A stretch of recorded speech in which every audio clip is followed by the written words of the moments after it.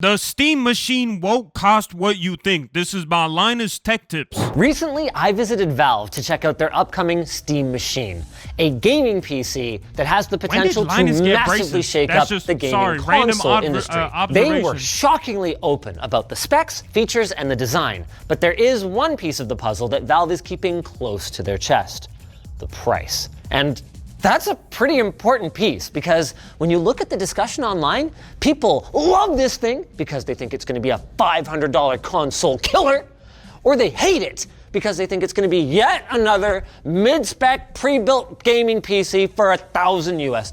I'm gonna say, bro, if the stream or the Steam Machine is more than like $700, I think it might be a ripoff, low key. I think if it's more than $700, you're cooked. At that point, like, I feel like you'd want to save up the couple extra hundred to just get maybe like a $1,500 PC. But even that, I mean, it kind of depends like what the benchmarks are, though. No, because like even a $1,500 PC isn't gonna last too long. Like, I think you run a $1,500 PC on Battlefield 6, you're getting maybe around like 80 to 90 frames. Like, you might be cooked. So depending on what the benchmarks are, maybe it's worth 700. But again, that's just my guess. We'll see. But which one is it? Valve won't tell us yet. For some I have been hearing a lot of rumors later. But what about the pricing, about is it enough being information too expensive, and enough really lines to read between that I believe we can make such an accurate guess that if we're off by more than $60 US, I will eat an entire Portal cake on the WAN show. What is a Portal cake? You don't remember the cake is a lie? An entire cake? That's true this time. Okay, well, because I counted on you guys to help with the work. Bro, I know this is fucked up. I thought his teeth were yellow as shit. It's not even his teeth. His braces are colored yellow. Why? Why would you choose yellow colored braces, dog? They make your teeth I thought they were yellow. You are gonna help me eat it. It's just yellow braces. We win as a team and we die as a team here. Oh, but bro, L choice I don't think that's going to happen because like our theory is solid, and it starts with the comparison system behind me. This approximation will both give us a sense for what a DIY Steam Machine would cost today, as well as give us a sense of how it might perform.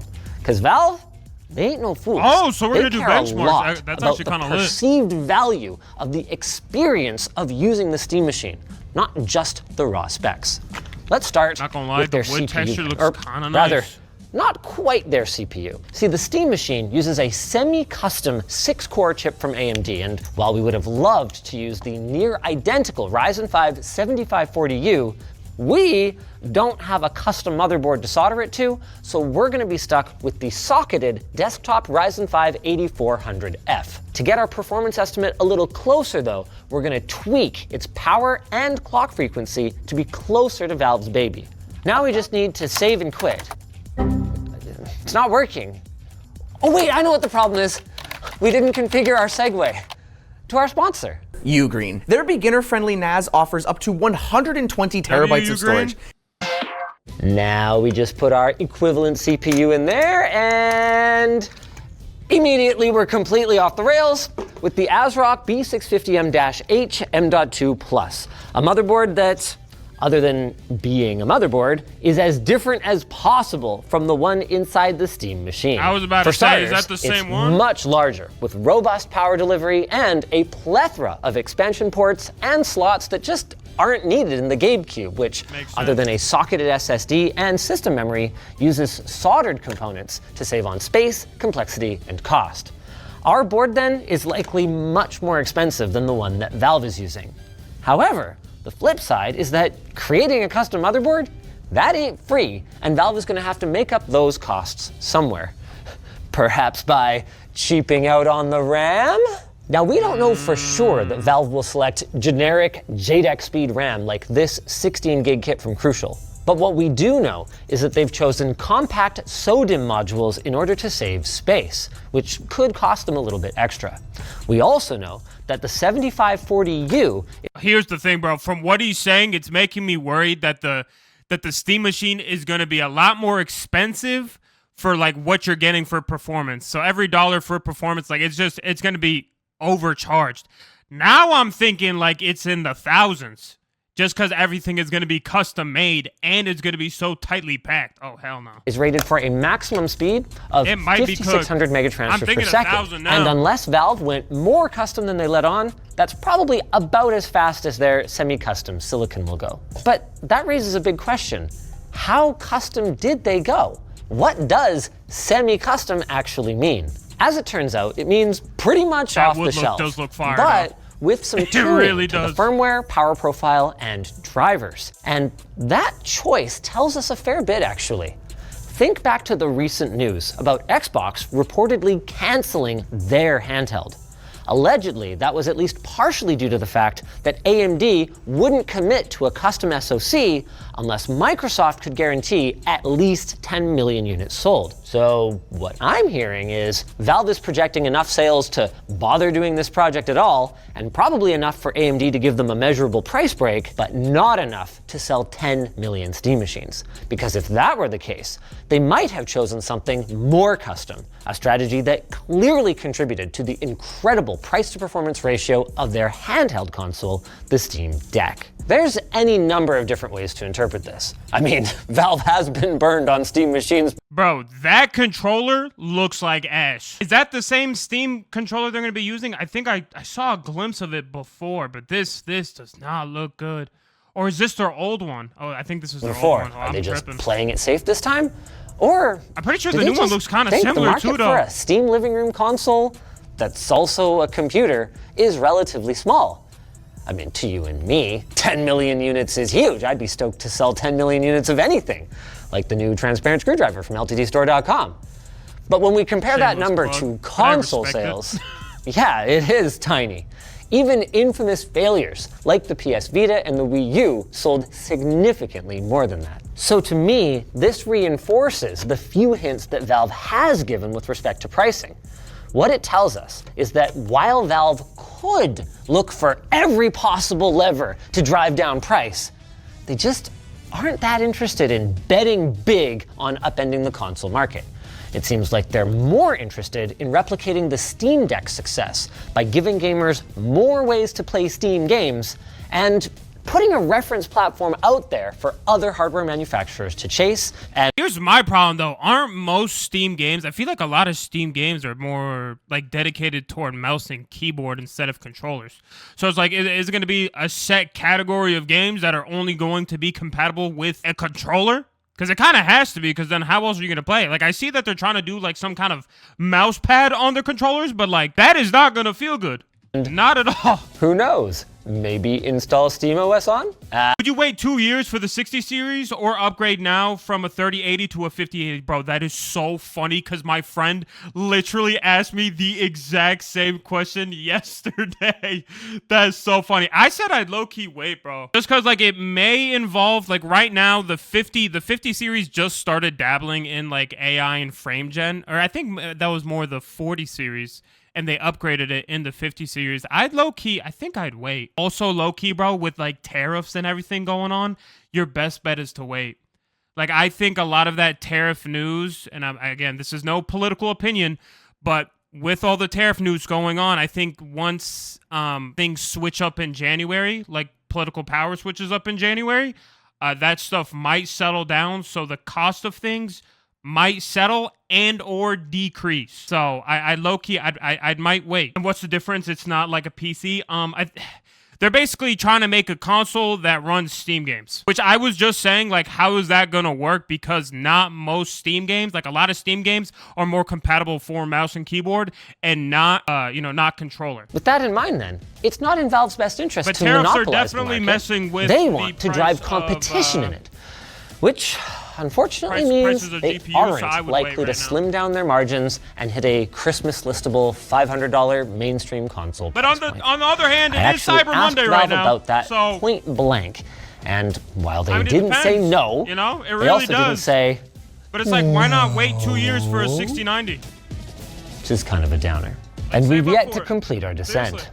As I install our Kingston NV3 with 500 gigs of storage, I can't help but be reminded of the rising costs of both the NAND flash storage chips that are at the heart of every SSD and every type of memory right now. Like, Both of them are more out of control than a preteen on Maury Povich. Catch me outside. And even though it's not intuitive, this is mostly due to the insatiable demands really of curious AI on the factories benchmarks. and I really hyperscalers am. who are sucking up all the available production. And guess what? It gets worse. While US tariffs seem to be easing off a little, there is no denying that global trade friction and protectionism are hot trends right now. What I And just in said! just a few months between Hello? now and broad availability of the Steam Machine, any given part of it could easily face cost increases due to these factors. Rounding out our test bench, we've got an AMD stock cooler, since we're going to be limiting our CPU to 30 watts anyway, and powering it, this Seasonic Focus GX 550.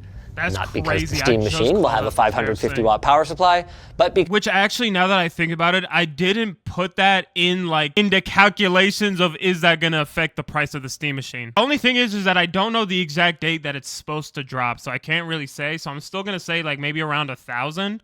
I prefer that it's maybe around like 700, just because I feel like Steam has a wider range of like a category of games, so I kind of understand that. But if it's around 1,000, that's kind of cooked. where the heck am I supposed to find a desktop power supply that is both high quality and also 300 watts?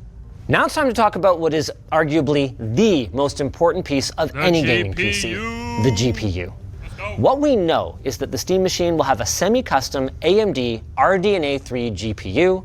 We know it will consume the lion's does share that of the mean? system's power, and we know that it will come with 8 gigabytes of dedicated GDDR6 VRAM. That actually lines up pretty closely with another product in AMD's lineup, the Radeon RX 7600M. Sadly though, the M, once again, stands for mobile, so we couldn't find that GPU in a form factor that we could plug into a regular desktop. So once again, we need to look for the closest equivalent. This could be a problem. The most obvious choice would, of course, be the full-sized RX 7600, right? I mean, it's got the same dang numbers in the product name, so it must perform the dang same then, right? Wrong! It is much faster in most benchmarks.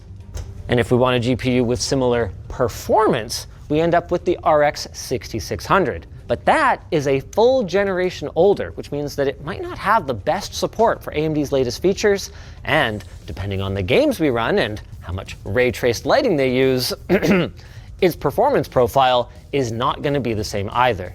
Wait. So from like a GT or from a NVIDIA point of view, instead of AMD, it's gonna be like around the power of a 4060? Is that what he's saying? Hold on, what just happened? But what it does have is the same CU count and very similar boost clocks, and even the power rating is very similar. So I guess we around go a with 4060. Which brings us to pricing. David, where are we at? I would tell you that, but we're not done yet. You fell victim to one of the classic PC comparison blunders. Oh. You don't have a controller, but the Steam Machine will come with a pretty fancy one. Oh. I chose the Cyclone 2 from GameSir as our stand-in. It's a high-quality wireless controller with TMR sticks that comes with its own charging dock. But all the for controller doesn't 56 have the bucks. mouse pad. But the box is missing its dongle. So instead, we're going with the winner of the Ultimate Controller Showdown from last year, the Easy SMX 20. You love this controller. Okay, but that's still the same price anyway. Bro, can we talk about how expensive controllers are nowadays? I think like Nintendo Switch controllers are going for like $100, which is fucking insane. That's a fifth of the console. Close enough that our calculations are still And that's correct. not even Okay, so including what the are our games. calculations? Well, if we were to build this machine using the lowest historical pricing from the cheapest sources, Which I would like to. and let's say we add 50 bucks for a case, Right. we're looking at just over $600 US. Oh, well, that's great news. I mean, it's SteamOS, so there's no Windows tax, so $599. I was not done. If we build it today, in the current market conditions from the cheapest sources, we're looking at close to $900. Oh my god. Oh. Ah! But we don't have to buy these exact parts. No, if we're deal hunters and we don't mind giving up some of the And that's with the parts that already exist, not considering the fact that they're custom made. It might be $1,000. bells and whistles and some of the name brands, it would save you about $100 without giving up any performance. Okay, but that's retail pricing. That's got some margin built into it, so I don't think I'd say $799 either. I think it's Or 1,000. maybe I would. Chatting with some industry sources, it's estimated that there's as little as 10% net profit in PC parts, which would put our estimated cost between $700 and $750. Okay. With that said, Valve benefits from a direct-to-consumer model, meaning that they get to take both the brand and retailer margins. And, as we already acknowledged, we did overspend on a number of our components, including the power supply, the motherboard, and the case, compared to what Valve would pay. With that said, in today's market, I still don't think they're going to get costs under $600 to $650, meaning that the final question is, what kind of markup will Valve target on the Steam machine? Without being a fly on the wall in their boardroom, it's impossible to say for sure. All that Valve would tell us is that they want their hardware business to be sustainable. But what does that mean? I think it means $699 US. Okay. If there's no major changes in the market. Okay. That's good. Never mind. I was doomed. I was thinking I was having a doomer's mentality for a second. Not bad. 700 isn't terrible. I will say though, how long can that last? Right? It's like I gotta think of the Steam machine as a PC, not a console, right? So it's like how long can you play on the Steam machine and not think like, oh, my frames are like buns right now? Like this is not a good experience. It's gonna take like one game, bro. I feel like you boot up BO6 with like a 4060 GPU. I mean, you could hold 60 frames, but it's not gonna be the prettiest thing. It's probably above Valve's cost today, and there'll be some opportunity for them to improve their margins over the several-year lifespan of their device as their initial investment gets paid off, and 1200, hopefully RAM and SSD pricing returns to I don't some think anybody kind of would buy it normalcy. at that point. You just save up. And for if we PC. factor in nice-to-haves like the dedicated antenna for up to 4 wireless Steam controllers, not to mention. Bro, that is what I'm talking about. The pad, bro. That controller is massive. I play claw. I can't play claw on that. I'd have to like slit my hand right here and then fucking no. That's just not happening. What is that? That's massive and ugly. No toddler can hold that shit properly. There is no toddler on this God-given earth that can hold that controller properly. Not at all. The controller itself. The Steam Is this how machine they presents a bypass the compelling whole, like, value at mouse and that price keyboard without aspect of completely games? undercutting the market. And maybe this is the most important factor. It's kind of a funny number. Bro, it's massive. I don't love this answer, and I'm sure I'm not the only one who's sitting here wishing that it was priced like a game console. I mean, who wouldn't want that affordable of a PC? But you see what I did just there? I just moved the goalpost. A big part of the reason I want this thing to be affordable so bad is because it is a PC, with all the benefits of a PC. Facts. Like no-cost online play for most games, the ability to take advantage of Steam sales, not to mention other gaming marketplace sales, and maybe most importantly, the ability to use it for all kinds of non-gaming applications. I'm telling you, bro, if this thing runs well, a lot of people are gonna switch up. Like, a lot of people are gonna switch up. Like, PlayStation and Xbox need to bring their A game, especially Xbox, 'cause, bro, we've been hearing Xbox has their back against the wall. They're about to get fried. There's no shot they're hearing this and not sweating. Like, no way. But it's exactly that PC-ness that makes the console pricing But I model will say, just not Steam's work for controller is Valve. buns. It would take a matter of Really minutes bad. for me to grab my brand new Steam machine, install Windows and Epic Games Store on it, and then never give a penny of ongoing revenue to Valve. So coming back to that word, sustainable. If they want their thank you so hardware much for the business share. to make business sense, they can't risk pricing this thing so attractively that, say, a corporate office might buy 80,000 Steam machines and kit out their entire workforce, all of whom will buy a total of goose egg games. Now, the Steam Deck was never in any real danger of that happening, which is why it could be priced as aggressively as it was. But the same can't be said for the Steam machine. So, with that in mind, what are we getting for our $700, or at most $800 if the market goes completely wackadoodle? Man, SteamOS rocks. I know, right? Of course, that's not what we're evaluating today. Nope. Today we're looking at the performance. So we'll start up by firing up Hades 2. You're only getting like 200 to 300 frames, Linus. That's kind of embarrassing. Okay, well, we always knew that games like this were going to play just fine on the Steam machine. What we really care about is how Boot something up- more boot up challenging is gonna Battlefield, run. bro. And our plan I think was that's to a go with the great game that seems test. poised to win Game of the Year, Expedition 33. But unfortunately, it's running in the Steam Deck profile with no way for us to reconfigure it on SteamOS right now. So Cyberpunk, I guess. It's the crisis of the 2020s. This looks pretty good. Yeah, it looks pretty, but Cyberpunk at 4K medium details would look pretty. I can tell you as the person holding the controller, though, 45 FPS is not great for driving. Whoa, 45. Hold on. First off, who the fuck is playing in 4K? That is bonkers. 45 frames at 4K for the Steam machine? That doesn't sound terrible. I mean, the fact that it's not skipping on Cyberpunk, I think that sounds kind of nice. Oh wait, but they're not on the Steam machine. They're on their DIY Steam machine. So, okay, we're not exactly sure. But what's up with that? Valve said that. Ooh, Ricardo, good question. I wonder how well it'll run on GTA 6. And that might be the standard for future consoles. Low key, because I did hear chat and do confirm for me. Is it true that GTA 6 is only going to be on consoles? Out of the gate, the Steam machine should be capable of running pretty much any game on Steam at 4K with FSR, about 60 FPS. But what about like in 1080p? That's where there's clearly some tuning for them to do. Let's see if we can get to 60. Why don't we start with a low rather than a medium preset, and then let's change our FSR to performance, which renders the game at an even lower resolution before upscaling. Oh, hey, that looks better. That is above 60. Okay. So just console first. That still looks decent.